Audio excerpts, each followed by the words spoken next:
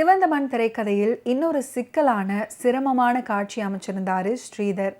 2 மலைப்பகுதிகளை இணைப்பது போல பள்ளத்தாக்கின் மீதான ஒரு ரயில் பாலம் அதை வெடிவைத்து தகர்ப்பது போன்ற காட்சி. The bridge on the river Kwai ஆங்கில படத்தில் வரும். அதுதான் இந்த காட்சிக்கு இன்ஸ்பிரேஷன். ஊட்டியில் ஒரு நண்பர் மூலமாக ஆந்திரா கடப்பா மாவட்டத்தில் 2 மலைப்பகுதிகளை இணைக்கும் ஒரு ரயில்வே இருப்பதாக கேள்விப்பட்டாரு ஸ்ரீதர். சில உதவியாளர்களுடன் மறுநாளே புறப்பட்டு நந்தியாலுக்கு சென்றாரு. வியப்பு தாங்கவில்லை அவருக்கு. திரைக்கதைக்கு என்ன எதிர்பார்த்தாரோ அது அப்படியே இருந்துச்சு. பாலத்திலிருந்து கீழே பார்த்தா 600-700 அடி ஆழம். மனசுக்கு மிகவும் திருப்தி அளித்த லொகேஷன் கிடைச்சதுமே மற்ற காரியங்கள் கிடுகிடுவென்று நடந்துச்சு. ரயில்வே இலாக்காவில் படப்பிடிப்புக்கு அனுமதி பெற்றார்கள். 6 நாள் படப்பிடிப்புக்கு திட்டம் போட்டாரு ஸ்ரீதர். தமிழுக்கு 3 நாட்கள், ஹிந்திக்கு 3 நாட்கள். இதற்கேற்ப தமிழ், ஹிந்தி நடிகர் நடிகையரிடம் 3 நாட்கள் கால்ஷீட் பெற்றாரு. படப்பிடிப்பு குழுவுக்கென்று ஏசி செய்யப்பட்ட முதல் வகுப்பு ரயில் பெட்டி. எல்லாருமே கடப்பாவுக்கு பயணமானார்கள். ராஜேந்திரகுமார், வஹீதா ரஹ்மான் முதலானவர்கள் மும்பையிலிருந்து விமானத்தில் ஹைதராபாத் வர ஏற்பாடாகியது. அங்கிருந்து படப்பிடிப்பு நடக்கும் இடத்துக்கு போக கார்கள், வேன்கள் தயாராக இருந்துச்சு. கடப்பார், கர்னூல், நந்தியால் பகுதிகளை ராயலசீமா அப்படின்னு சொல்வாங்க. இங்கே படப்பிடிப்பு நடப்பதே அபூர்வம். அப்படி தப்பி தவறி நடந்தா வேடிக்கை பார்க்க வரும் மக்கள் கூட்டத்தை சமாளிக்கவே முடியாது. இதற்கு பயந்தே அந்த பகுதிக்கு படப்பிடிப்புக்கு யாருமே வர்றது கிடையாது. இந்த விவரம் ஸ்ரீதர் அவர்களுக்கு அங்கே போனதுக்கு அப்புறம் தான் தெரிஞ்சது. மேலும் ஸ்ரீதருக்கு அந்த இடத்தை விட்டா வேறு இடம் கிடைக்காது. அதனால் என்னவானாலும் சரி, வந்தது வந்துட்டோம், படப்பிடிப்பை நடத்தி முடித்து விடுவது அப்படின்னு தீர்மானிச்சாரு. எல்லோரும் படப்பிடிப்பு நடக்கும் இடத்துக்கு போய் சேர்ந்தாங்க. திடுக்கிட்டார்கள். அலை அலையாக மக்கள் கூட்டம். அவர்களை கட்டுப்படுத்துவது பெரும் பாடாக இருந்துச்சு.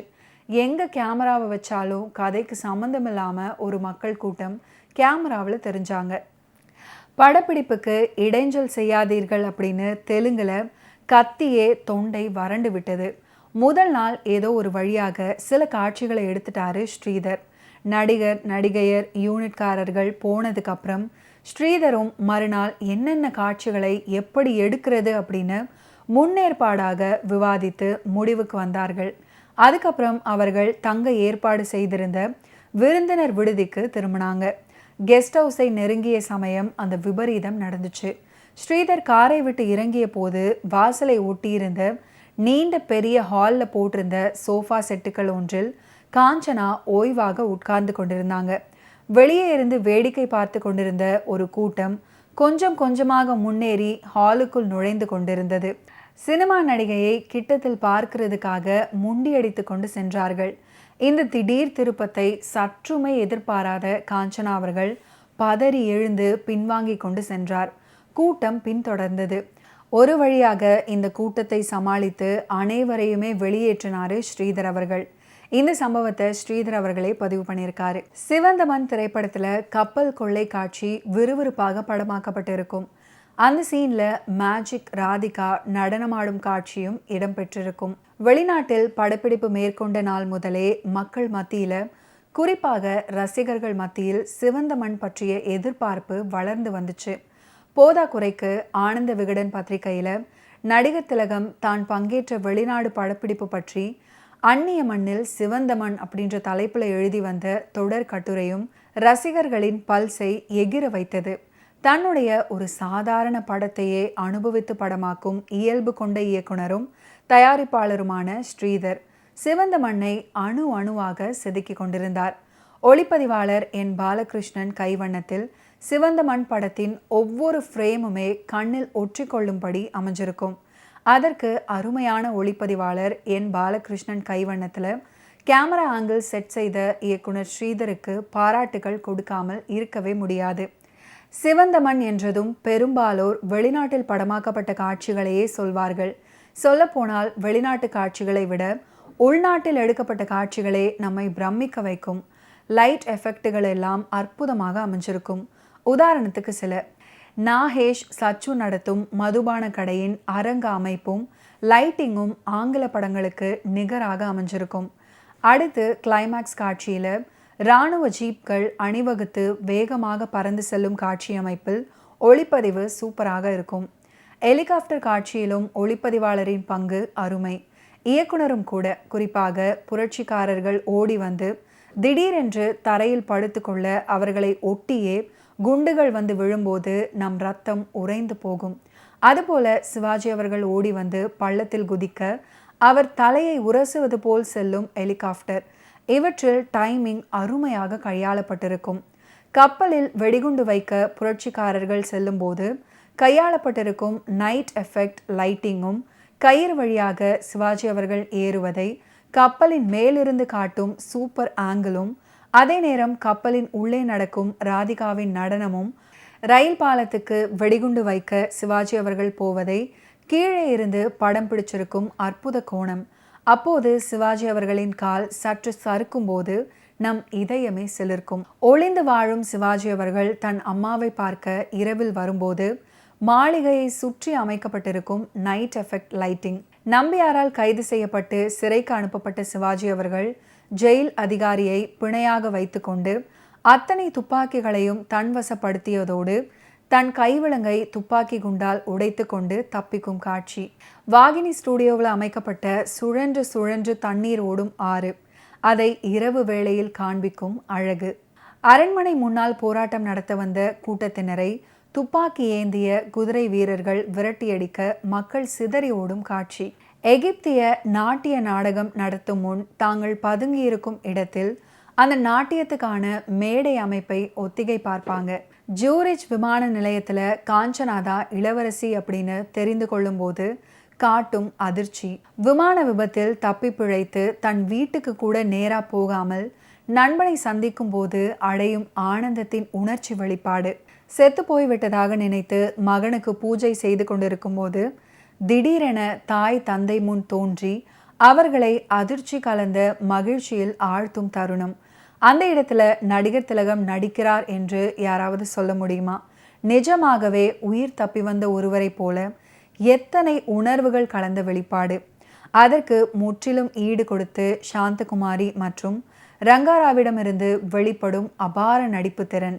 போராட்டத்தில் பலியான நண்பனையும் அந்த அதிர்ச்சியில் இறந்த அவன் தாயையும் மயானத்தில் எரித்துவிட்டு இரத்த கரையுடன் ஆக்ரோஷமாக தன்னுடைய மாளிகையில் நுழைந்து தன் தாயுடனும் அந்நேரம் அங்கு வரும் சமஸ்தானத்தின் தலைமை போலீஸ் அதிகாரியான தந்தையுடனும் பேசும்போது காட்டும் ஆக்ரோஷம், இறுதியில் அடிக்கும் அந்த அட்டகாசமான சல்யூட்.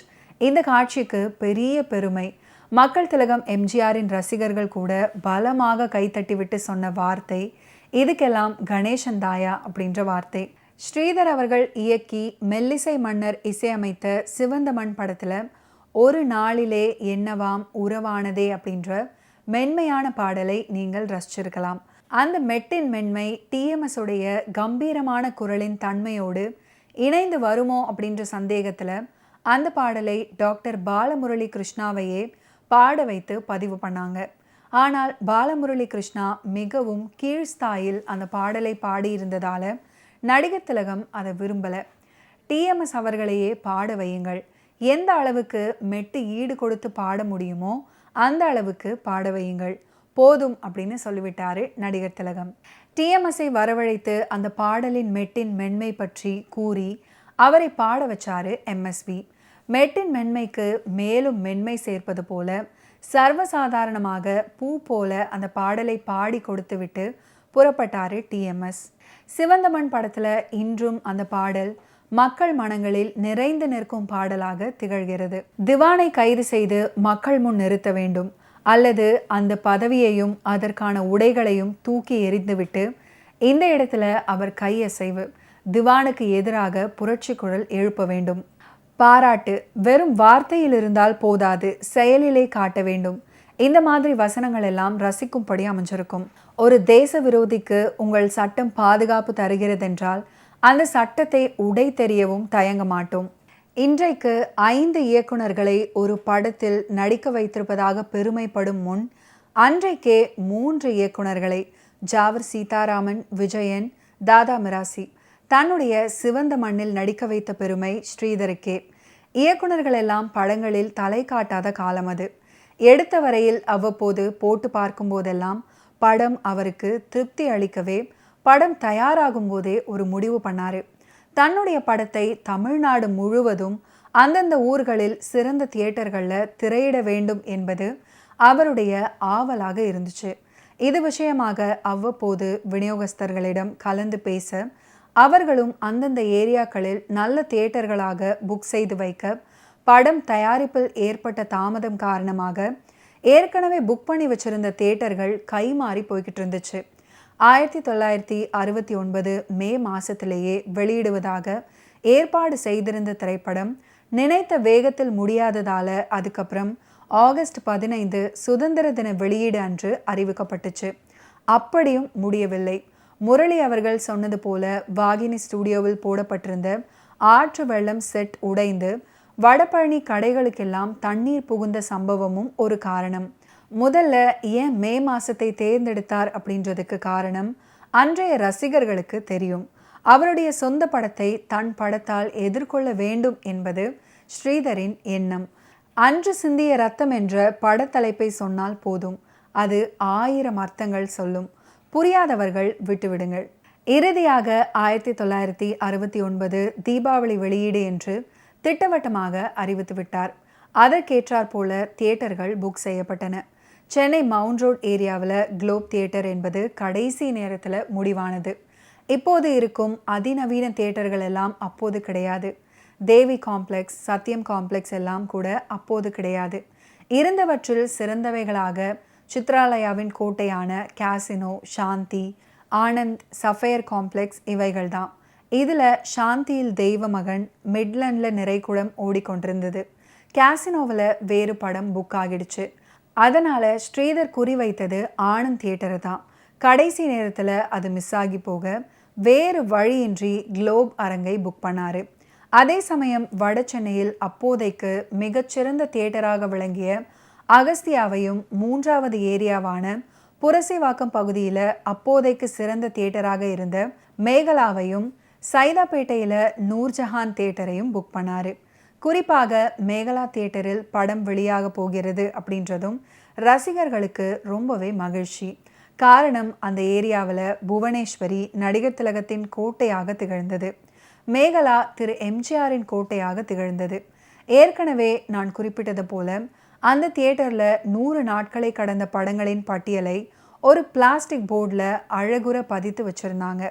அதில் சிவந்தமன் வெளியாவதற்கு முன்வரை 8 படங்கள் 100 நாட்களை கடந்து ஓடியதில் எதிர்நீச்சல் படம் தவிர மற்ற 7 படங்கள் வேட்டைக்காரன், பணக்கார குடும்பம், எங்கள் வீட்டு பிள்ளை, 1000ல் ஒருவன், அன்பேவா, காவல்காரன், அடிமை பெண் அப்படின்னு எம்ஜிஆர் படங்கள் தான்.